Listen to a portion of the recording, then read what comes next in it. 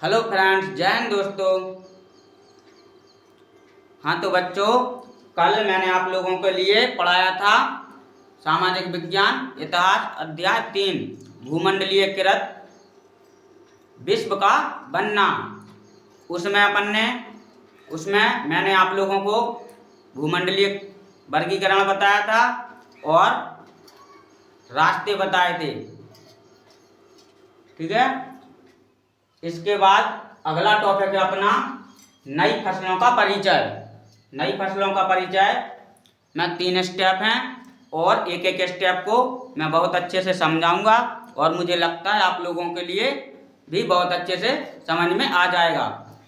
और कॉपी पर नोट करके भी रख लेना, जिससे कि बोर्ड एग्जाम के समय आप लोगों को दिक्कत ना आए। तो पढ़ते हैं अपन नई फसलों का परिचय। नई फसलों का परिचय में पहला स्टेप है अपना आलू, सोयाबीन, मूंगफली, मक्का, मिर्च, शकरकंद आदि। यानी कि पहले जो फसल होती थी गेहूं की, और गेहूं की फसल का व्यापार होता था और कपास का होता था। इसके अलावा अब नई फसलों का जब शुरुआत हुई तो उसमें ये फसलें और इनका परिचय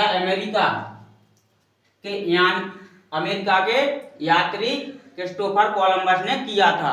यानी कि नई फसलों का जो हुआ उनका परिचय किसने किया था? अमेरिका के यात्री ने, क्रिस्टोफर कोलंबस ने किया था। अगला स्टेप है बाद में यूरोप एवं एशिया में वितरित हो गई। पहले तो अमेरिका में हुई, फिर बाद में धीरे धीरे यूरोप और एशिया में भी वितरित हो गई ये फसलें।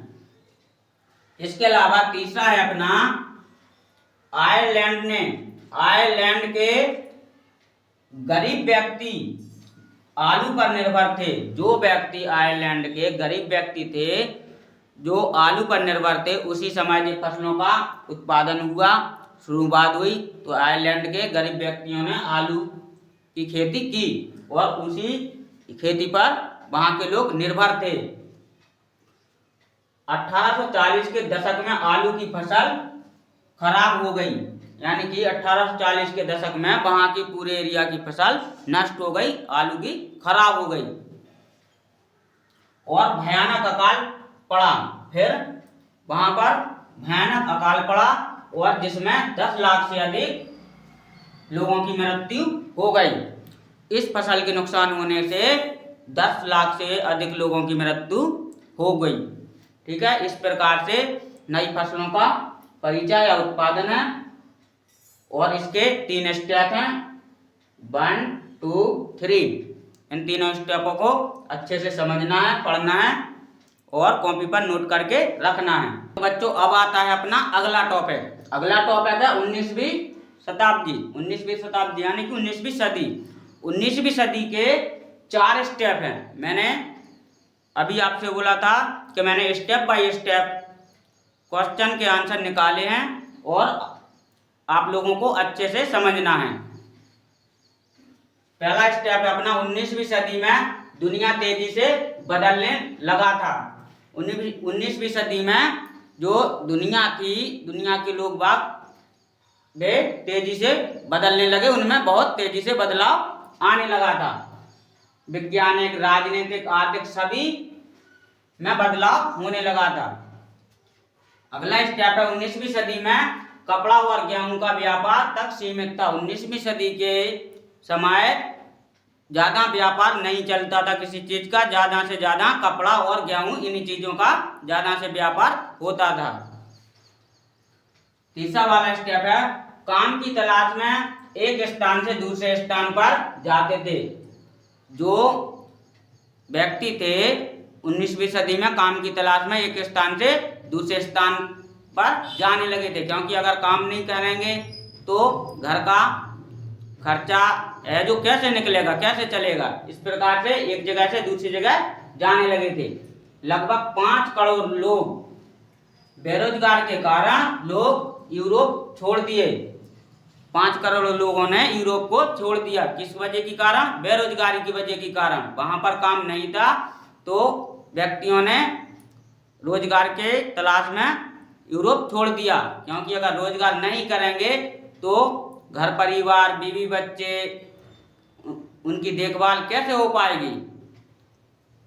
ठीक है ना। अगला स्टेप है पूंजी प्रवाह। पूंजी प्रवाह में अमेरिका आगे था, जो दूसरे देशों में पैसा परिवेश करता था। पूंजी प्रवाह के मामले में यानी पैसे के मामले में अमेरिका देश आगे था, और जो एक दूसरे देशों को जो कर्ज रहता ना, कर्ज के तौर पर पैसा देता था। ठीक है।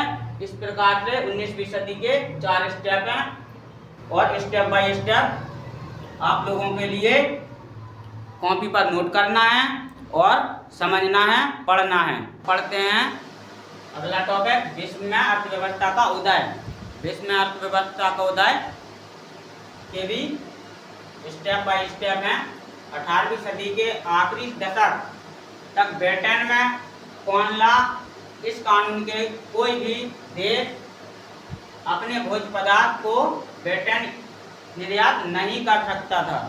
ठीक है, पहला स्टेप ये है।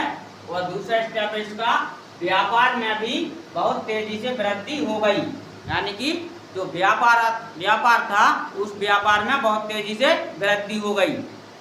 एक जगह से दूसरी जगह, इधर से इधर, यहाँ से वहाँ आना जाना ले जाने लगे। अपने जो इस देश का माल है ज़्यादा तो उस देश में सप्लाई करने लगे, और जो चीज़ उस देश में ज़्यादा है वो इस देश में सप्लाई करने लगे। इस प्रकार से व्यापार में वृद्धि हुई।